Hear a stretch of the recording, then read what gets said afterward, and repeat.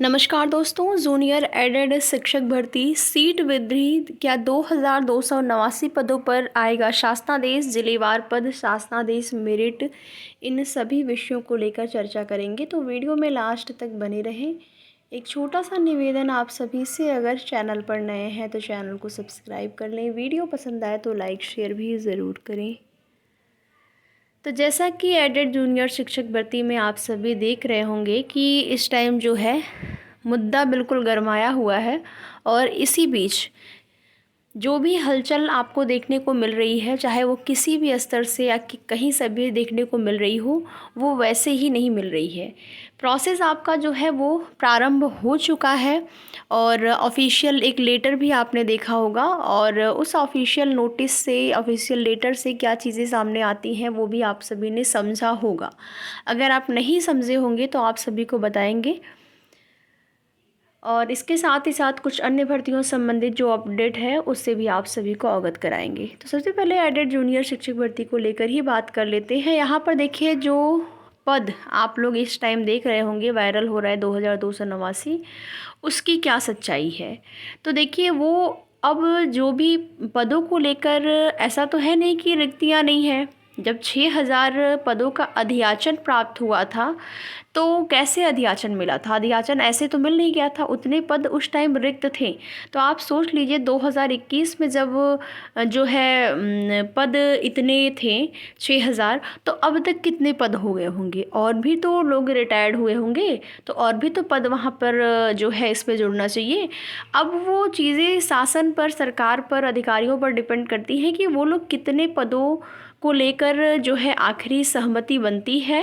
देखिए, पूरी उम्मीद बढ़ गई है सीटों की में वृद्धि को लेकर, और ये आखिरी मौका हो सकता है आपका। अगर आप सीटों की संख्या को लेकर जोर लगा देंगे, यानी कि सीटों में वृद्धि के लिए अगर आपने प्रयास कर दिया, तो फिर निश्चित ही आपको इस टाइम सफलता मिल सकती है। 7 तारीख को योजना बनाई जा रही है, ठीक है, SCRT लखनऊ 7 तारीख को योजना बनाई जा रही, 7 तारीख के लिए। तो जो भी कम से कम लखनऊ के आसपास के साथी तो ज़रूर जाएं। मान लीजिए दूर के अगर आप हैं, आपको प्रॉब्लम हो सकती है, बट जो पास पास के हैं वो लोग ज़रूर जाएं। हो सकता है कि यहाँ पर ईश्वर की ही कोई कृपा हो जाए और सीट वृद्धि हो जाए। क्योंकि अभी जो लेटर हुआ, जारी हुआ था, उसमें आप देखिए कि कुछ आरक्षण वाली चीज़ें थी, जिसमें आख्या मांगा गया था आरक्षित जो है आरक्षण वर्ग के लिए, और वो सारी चीज़ें यहाँ पर सीटें जो हैं, और इसके साथ ही साथ जो ज़िलेवार रिक्तियों को लेकर भी आख्या मांगा गया है। यानी कि अब ज़िलेवार रिक्तियाँ जो हैं वो, और ये देखिए, ऐसी कई नोटिस आपको पहले भी देखने को मिली होंगी कि उसमें जो है ज़िलेवार रिक्तियाँ मांगी गई थी। क्योंकि आप देखेंगे अलग अलग ज़िले में, जैसे किसी ज़िले में हो सकता है कम सीटें हों, किसी में वो, तो कोई भी वैकेंसी आती है तो आप देखते होंगे कि उसमें ज़िलेवार भी रिक्तियाँ रहती हैं कि इस ज़िले में इतने पद हैं, और फाइनल फिर देखा जाता है कि इस ज़िले में कितने पद बचे और कितने पद भरे गए, तो फिर नई वैकेंसी आती है। तो यहाँ पर जिलेवार रिक्तियाँ मांगी गई हैं, और प्रेजेंट टाइम की अगर रिक्तियाँ देखा जाए तो लगभग आप मान के चलिए कि 8000 से कम पोस्ट नहीं होंगे। अगर इस टाइम की पूरी टोटल रिक्तियाँ मिल जाएँ तो वो अलग बात है कि वो लोग पूरी रिक्तियाँ अगर मिलती है तो भी उस पर शासनादेश जारी करते हैं कि नहीं, भर्ती प्रोसेस में सारे के सारे पदों को जोड़ते हैं कि नहीं, या फिर नई वैकेंसी निकालेंगे। ये भी हो सकता है कि सारे पदों को न जोड़ा जाए। लेकिन इतना है कि इस टाइम आप मान के चलिए कि 8000 के आसपास ये रिक्तियाँ आपको देखने को मिल सकती हैं। अब यही है कि आखिरी प्रयास आपका हो सकता है 7 तारीख के लिए SCRT पर, लखनऊ SCRT के लिए अभ्यर्थी जो है आह्वान कर रहे हैं। तो आप सभी लोग सहयोग करें, और अगर आप चाहते हैं कि सीटों की संख्या में वृद्धि हो, तो फिर आपको अधिक से अधिक संख्या में, जिस तरीके से आप सीटों की मांग कर रहे हैं उसी तरीके से आपकी संख्या भी होनी चाहिए धरने में, कि ज़्यादा से ज़्यादा अगर संख्या बल आपकी रहती है तो उसका परिणाम आपको जल्द ही देखने को मिल सकता है।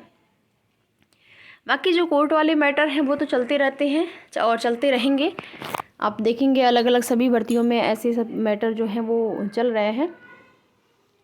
बाकी यहाँ पर देखेंगे न्यूज़पेपर के माध्यम से कुछ अन्य भर्तियों से जुड़ी हुई सूचनाएं। जिले में 14 केंद्रों पर 26 और 27 को होगी PCS परीक्षा। PCS प्रीलिम्स एग्ज़ाम जो है आपका, जो 27 तारीख को आपके एग्ज़ाम कैलेंडर में दिया गया है उस डेट में बदलाव हो रहा है, बट न्यूज़पेपर में यही चीज़ें दी गई हैं कि ज़िले में 14 केंद्रों पर होने जा रही है परीक्षा। क्या तैयारी चल रही है आयोग से? तो अगर आयोग की माने या फिर आयोग से जो भी जानकारी मिल रही है, वो लोग 2 दिन परीक्षा कराए जाने की जो है योजना बना रहे थे। बट अभ्यर्थियों ने धरना प्रदर्शन किया और उन्होंने जो है विरोध किया कि परीक्षा एक ही दिन कराई जाए। और अभी तक 2 दिन परीक्षा होगी, इसको लेकर कोई ऑफिशियल नोटिस नहीं जारी हुआ है।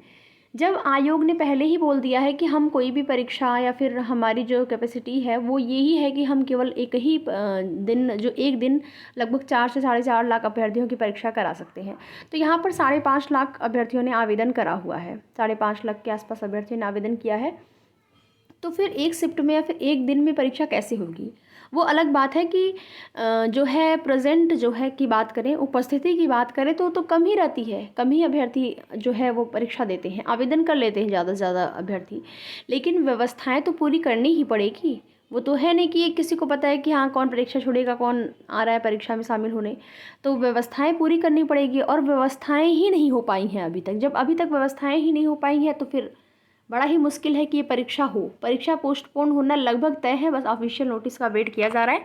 बाकी आप यहाँ पर देखेंगे यूपी पुलिस कांस्टेबल की जो रिज़ल्ट है वो आपका इसी महीने जारी हो सकता है। सरकार ने ये निर्देश दिया है अधिकारियों को कि इसका जो रिज़ल्ट है वो इसी महीने जारी किया जाए। आप सभी देख सकते हैं।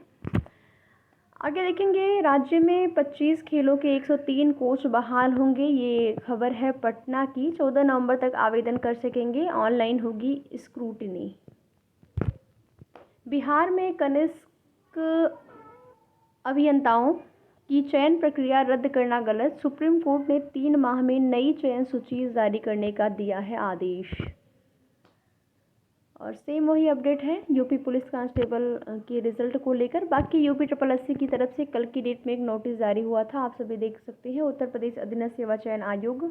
और ये है आशुलिपिक मुख्य परीक्षा के अंतर्गत विज्ञापित कुल 333 पदों पर विज्ञापन जारी हुआ था, जिसमें कि प्रारंभिक अर्हता परीक्षा में नॉर्मलाइज्ड स्कोर के आधार पर मुख्य परीक्षा के लिए अर्ह पाए गए अभ्यर्थियों का श्रेणीवार कट ऑफ यहाँ पर दिया गया है। PET 2022 के नॉर्मलाइज्ड स्कोर यहाँ पर दिया गया है, जिसमें लंबवत 36, ये सारा देख सकते हैं आप लोग। यूपी SSSC ने कल ये नोटिस जारी किया। तो लगातार कुछ न कुछ कार्य हो रहे हैं, बस ये है कि कार्य स्लो होता है तो कहीं ना कहीं एक निराशा जो है अभ्यर्थियों को मिलती है। बाकी चाहे यूपी SSSC हो या फिर UPPSC या फिर यूपी में किसी भी भर्तियों से संबंधित जो भी जैसी भी जानकारी होगी आप सभी को उसकी सूचना समय समय पर इस चैनल के माध्यम से दी जाएगी। तो अगर वीडियो आपके काम का हो तो आप लोग चैनल को ज़रूर सब्सक्राइब कर लें और वीडियो को लाइक शेयर भी जितना हो सके उतना करें। वीडियो में लास्ट तक बने रहने के लिए आप सभी का बहुत बहुत धन्यवाद।